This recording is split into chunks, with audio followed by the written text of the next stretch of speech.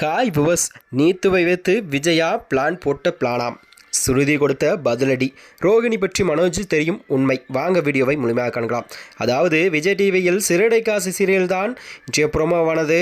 நீத்துவிடம் முகத்துக்கு நேராக சுருதி பதிலடி கொடுத்து அனுப்புகிறாராம். இந்த நிலையில் என்ன நடந்தது என்று விரைவாக பார்க்கலாம். அதாவது ஸ்ருதி அதற்கு அண்ணாமலை ரவி விஷயத்தில் தான் முடிவெடுக்க முடியாது, எதுவாக இருந்தாலும் ஸ்ருதியிடம் பேசிக்கொள்ளுங்கள் என்று சொல்லிவிடுகிறாராம். அதற்கு ஸ்ருதி அண்ணாமலைக்கு நன்றி சொல்கிறாராம்.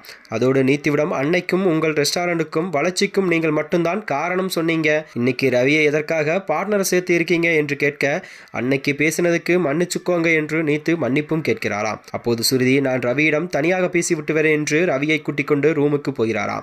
அங்கு ரவியிடம் நான் அன்னைக்கு பேசினதுனால இன்னைக்கு உனக்கா இப்படி ஒரு முடிவு எடுத்திருக்காங்க, நான் செஞ்சது சரிதானே என்று கேட்கிறாராம். மறுபடியும் நீத்துவோடு விஜயா பேசி கொண்டிருக்கிறாராம். அப்போது ரெஸ்டாரண்ட்டுக்கு தொடங்குவதற்கு எவ்வளவு பணம் ஆகும் என்று கேட்க ஒரு ரெஸ்டாரண்ட்டுக்கு குறைந்தபட்சம் 2 கோடிக்கு மேல் ஆகும், இப்போ 4 ரெஸ்டாரண்ட் தொடங்க போறேன், என்னால் எப்படியும் 20 கோடி கிட்ட ஆகும் என்று சொல்ல 20 கோடியா, உனக்கு யார் இவ்வளவு பணம் தருவாங்க என்று விஜயா கேட்க என்னுடைய அப்பா தான் தருவாங்க என்று நீத்து சொன்னதும் விஜயா அதிர்ச்சியும் அடைகிறாராம்.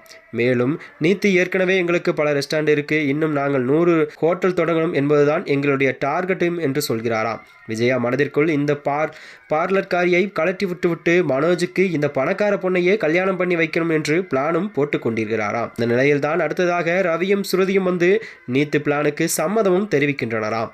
அப்போது நீத்து கிளம்பும்போது அடிக்கடி இந்த வீட்டுக்கு வந்துட்டு போமா என்று விஜயா சொல்கிறாராம். மறுபக்கம் மீனாவின் அம்மா சத்யாவிடம் நீ சாப்பிட்டு விட்டு சீதாவிடம் சாப்பிட சொல் என்று சொல்லிவிட்டு வேலைக்கும் கிளம்புகிறாராம். அதற்கு சத்யா நீங்கள் எல்லாம் சீதாவின் நிலைக்கு புரிஞ்சுக்கல என்று கோவப்பட அதற்கு சீதாவின் அம்மா எல்லோரும் மாப்பிளை பார்த்துக்குவாரு என்று சொல்லி கொண்டிருக்கும் நிலையில்தான் இன்றைய எபிசோடானது முடிவடைகிறதா. மேலும் இது போன்ற வீடியோக்களை தெரிந்து கொள்ள நமது சேனலை மறக்காம சப்ஸ்கிரைப்